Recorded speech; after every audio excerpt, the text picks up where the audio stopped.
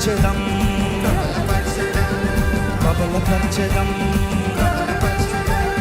ప్రబలపరచెదం ప్రబలపరచెదం ప్రబలపరచెదం. ఇక్కడ ఏం చేస్తున్నాం మనం? యేసు నామమున ఇంతమంది ఆరాధకులు ఇలాగ కూడి ఆరాధిస్తారని ప్రబలపరుస్తలేదు. 3 సార్లు బిగ్గరగా హల్లెలూయా చెప్పాలి.